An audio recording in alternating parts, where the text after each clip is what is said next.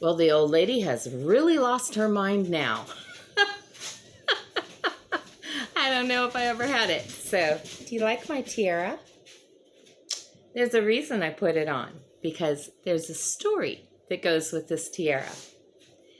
So, about, I don't know how long it's been now, 10, 11 years ago, 11 years ago maybe, I was going through some hard stuff, and I had, I was going through a divorce. There you go. And it wasn't something I wanted. When I marry till death do us part. And Marvin knows that. He knows there ain't no getting out of this one. But that marriage came to an end. He had something else he wanted to do, and I didn't really fit in with the plans. So anyway, it was hard. And I don't always like to put all my feelings out there. And so I tried very hard to look strong all the time. And like, I'm doing great. I'm fine. This is okay. And I had just a very small handful of people that stayed close to me. And even them, I wasn't very good at showing my true emotions. I tried to hide them. My mom and my dad did see what I was really going through. They had a key to my home, and they just lived 2 streets over from me, and in a little trailer park. So, they weren't even big streets. And they had tried to call me, and they knew I was home, and they didn't understand why I wasn't picking up. And my mom she was an awesome mom like that. She just had a feeling. And so they came over, and I didn't answer the door. I was on the couch in a puddle of tears. And my mom, when I didn't come to the door, she went ahead and let herself in. And I think she was relieved to see that it was just me in a puddle of tears. But I could hear them talking at the door, and my dad was like, "Do you want me to stay?" And she said, "No."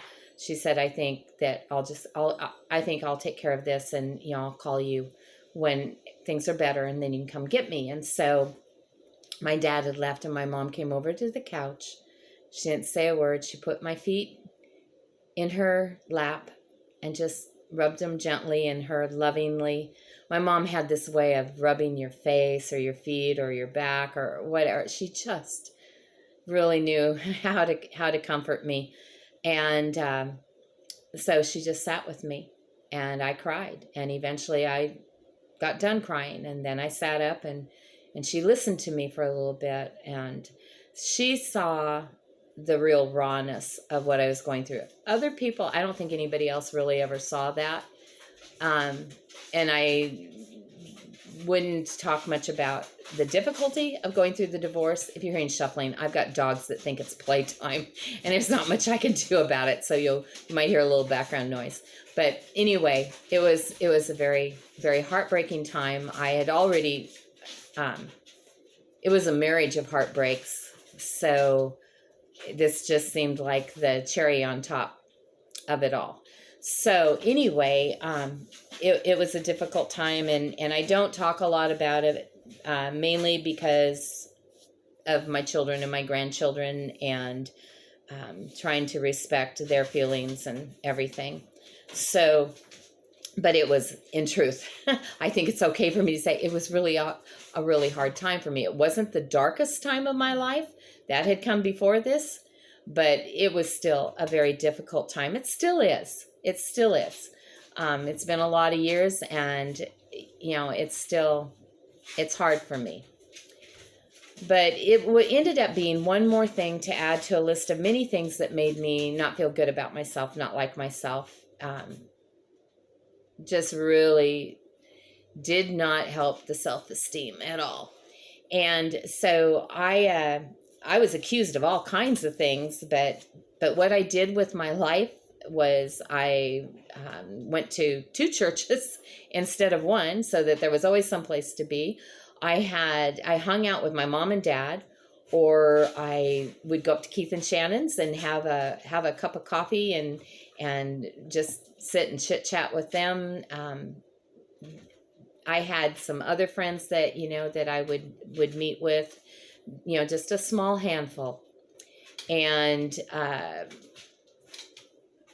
then I had two older, my Mama Shirley and my Mama Joan, two older ladies from the church that, oh, and the dogs are hitting the light. It's not the light's fault this time. It's the dogs. Oh my goodness. You get the real thing here, don't you? All right, you guys, I'm trying to pour out my heart here. This is very difficult. Go away. Yeah, they don't care. All right, so anyway, we'll just get on with it. It was a hard time. And so I hung out with these two older ladies, or my mom and dad, or had a couple of different friends, my friend June, my friend Pat, and I would go, and Erica and Nora, I would go over to their house and have coffee with Nora. Oh, I miss that. She and I we had a lot of things in common. But she was a little older than I was. And so she made it. If she got through it, I can get through it. Oh my goodness. So God knows what we need when we need it, and he puts them there, right? So in this time at one of the churches that I was going to, it was a really little church, and it's where my mom and dad were going to church. And so I started going with them too, as well as this other church that I went to. And they the first Sunday I'm there, I'm invited to a graduation party, this family, and then, all these other things. Anyway, they're a nice family. And if you're somebody that knew me back then and know who I'm talking about, you get the joke. But they were nice. They were very nice. That was their name. And so the nice family was very nice. And so they were always doing things. Sheba, I don't know what you want right now, but it's not going to happen, girl. Or you either, Sims. Yeah, they're going to join the conversation. So anyhow, as I got to know this family, they really took me in. I mean, this family went to the church, and her mom went to the church, and her grandma was my Mama Shirley, which was my mom's best friend, and she went to the church. And so it was really a blessing to me to have this family. And so one day I went over to their house, and they seemed to really kind of key in on things with me. They seemed to sense when I was, woo, the light just fell. I'm just about too many interruptions today. Okay, so it needs to go back up because of the glare, and now it's not even facing. I gotta start this video over, right? This is just. What happens if we can do it like this. It was a dark and scary night. Okay, what happens if I just turn the light? You know what? I'm just going to kind of sit in the dark. Oh, you guys, everything's falling apart. But I need it to, because I've been having so much anxiety this morning over a stupid time to renew my virus thing on my computer, and it's not going very well. So I just had to step away, and I'm like, I'm going to go do my video. So we're going to sit in the dark. Even if I lean forward, a little light comes in from the cloudy outside. All right, so the nice family were very nice. And they took me in, and, they invited me to everything. My mom and dad were always invited. And anyway, so I would, sometimes I would just stop by for whatever. And so there was this one day, and they had, one of the girls had called and, wanted me to stop by for something. I don't even remember what they had told me. I mean, this is what they were having me stop by for, but I didn't know it. So when I got there, the littlest girl, who's not a little girl anymore, she's all grown up now, but she answered the door, and she was in her PJs and wearing a tiara, a beautiful tiara.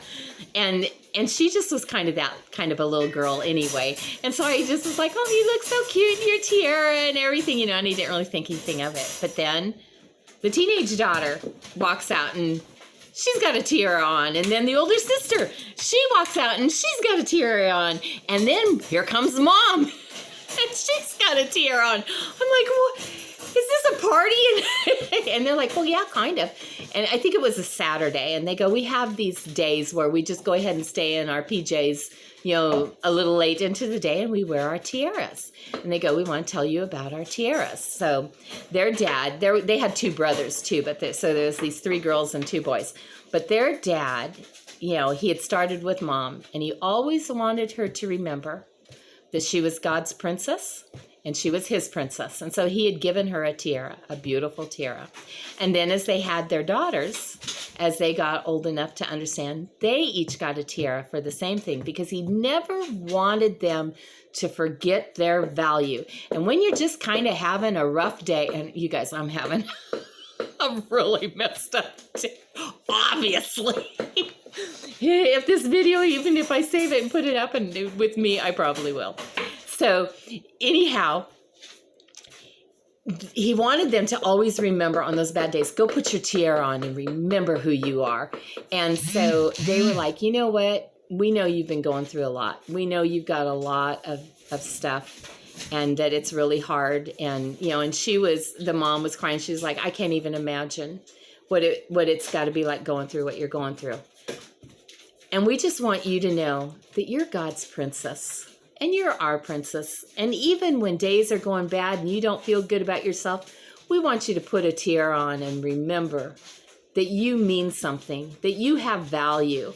And they gave me this tiara, this beautiful, and it is, you guys, I don't think the camera's doing it justice, but it is a gorgeous tiara. And so when I met my husband, before he was my husband, when I told him about the tiara, he loved that. And he's like, if they hadn't gotten you one, I would have. And there's been a few times when I was out speaking to women's groups, and there were different times when I bought a tiara and took with me, and then I would just wait and let God tell me who needed that tiara, and then I would present them with the tiara, and it would be part of what I talked about. It made sense. Probably was a whole lot better than what I do just sitting around chatting with you guys on in the raw. Is that something bad? I don't know. See, I don't keep up on all these things, and yeah, I've got a nickname that the pastor of our church gave me of Snowflake, because he doesn't like snow, and I love snow. I come from where there's snow. We don't always have that much snow here, although this winter might prove a little different. But we did have a winter here that there was several weeks where we had quite a bit of snow, and he was so sick of it. And I'm like, I love it. And he's called me Snowflake ever since. And then I find out that snowflakes are a girl that carries her feelings on her sleeve and is easily offended or something. I told him, man, you got to give me a new name, because I don't want to be that. I don't want people to think that's why you call me Snowflake. But see, bird dogging. My husband, he says you do it all the time, but hey, some of you guys, you understand. It's entertaining to you, so it serves a purpose. But anyway, on this day, I realized how God knows what we need when we don't even know what we need. And he puts people in our lives to give us hugs for him, to give us tiaras for him. I've always kept it all these years, and I have days when sometimes maybe I just lock myself in the bathroom so nobody will see me, but I go put that tiara on for a minute and go, you've got value, girl. You're royalty. You're in the family of God, and the God of the universe. If you're his daughter, you're royalty. So here's my tiara. And I want to say something in here, okay, about my friend Gail. So Gail, I know you're watching because you are the head cheerleader, right? And when Gail, the way we got to know each other was her mom and dad were friends of my husband's and mine. They lived just across the road and down a door or two. And great people, but their health declined at the same time. And so their daughter Gail came down and moved in to take care of them.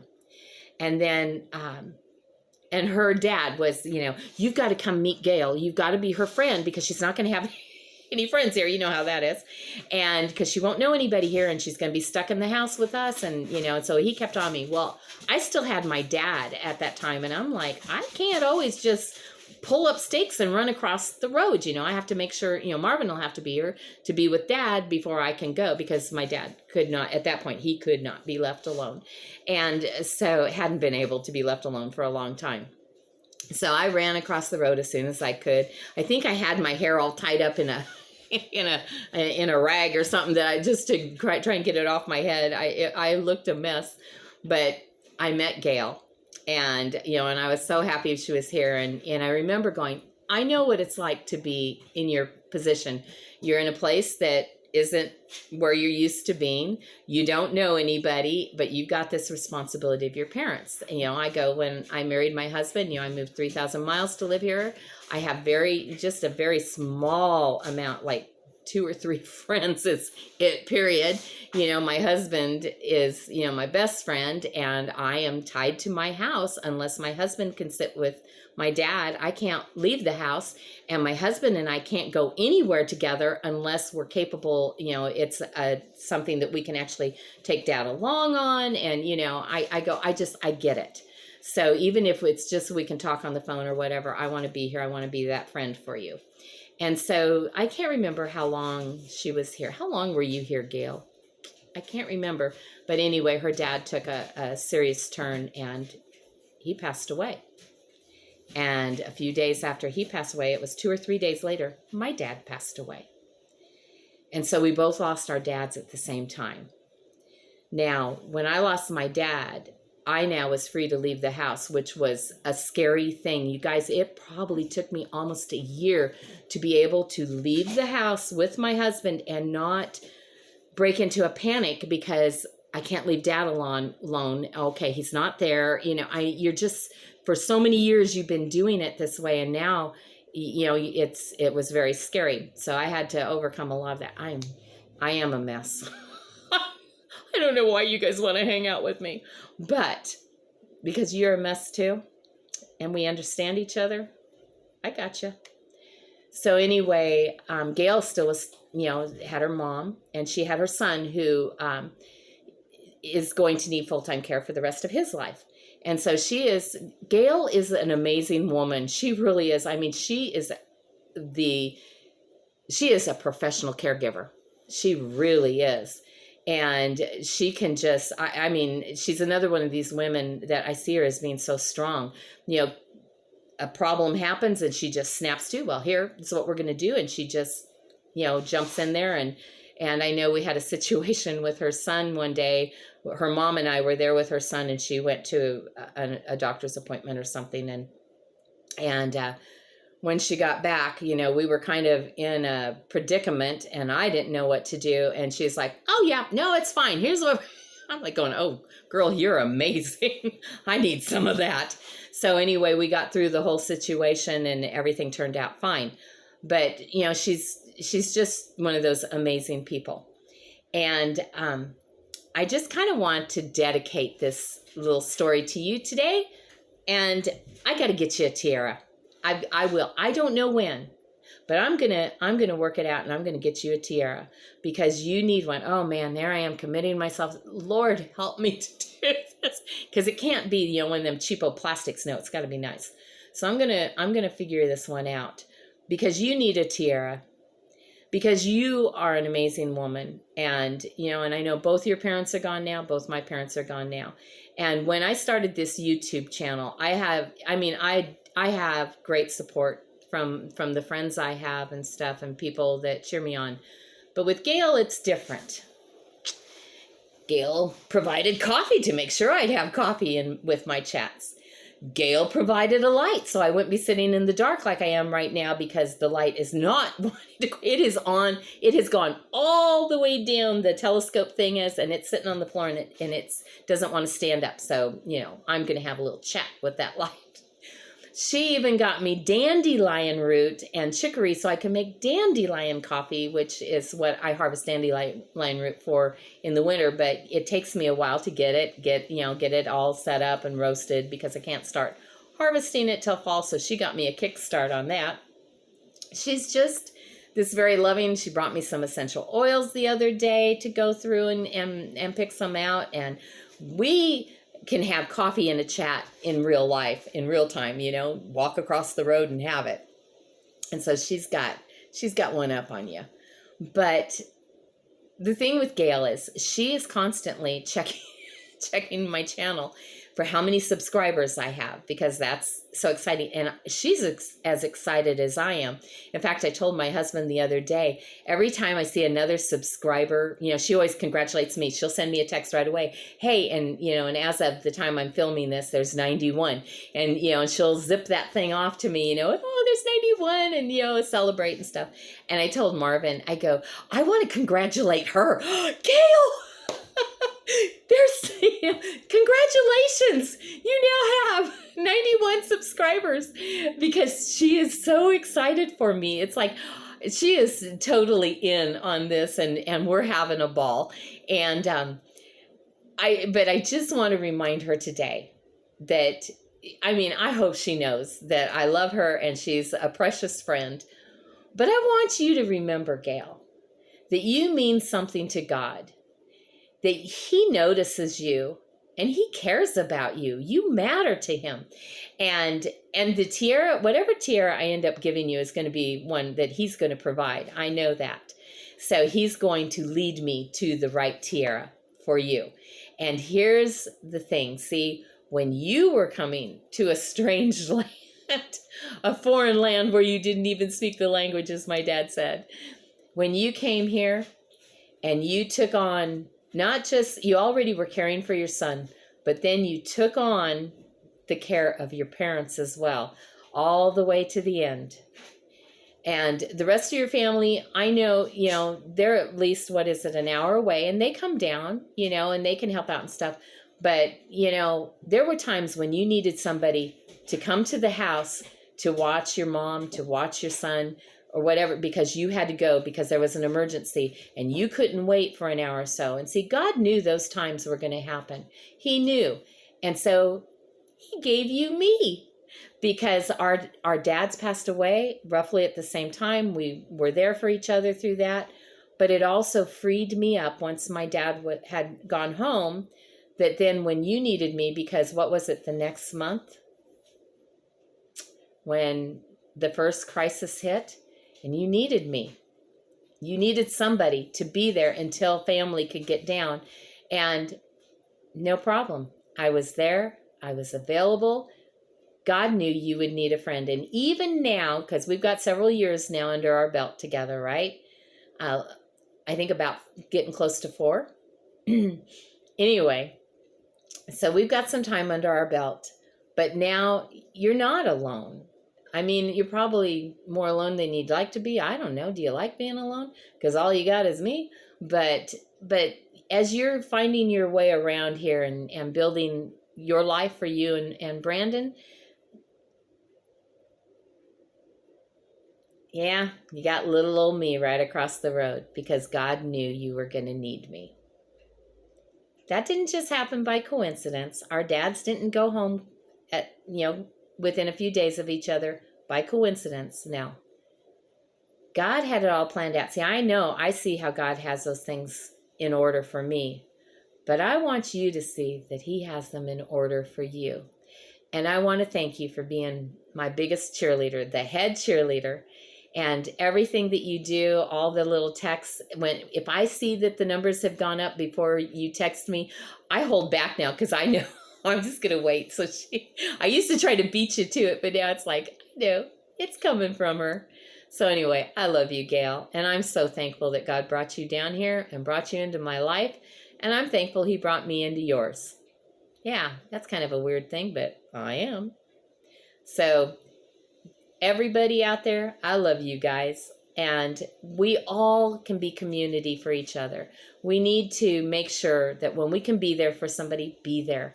And when we need somebody and there's someone there for us, don't just thank them, but thank the Lord, because he provided them. All right. I love you guys. I got to get going. The dogs are still wrestling out there. At least they went to another room, and I've got to somehow get some order in all this craziness today. And I guess I'm going to have to take the tiara off at some point when I'm ready. All right. I love you guys. Thank you, everybody that's subscribing, everybody that's sharing the videos, leaving the comments, hitting the like button. All that stuff helps my channel grow, and I thank you for it. And I am so grateful every time I hear how God is using one of these crazy things in your life. All right, I love you guys. You have a great day, and I'll talk to you later.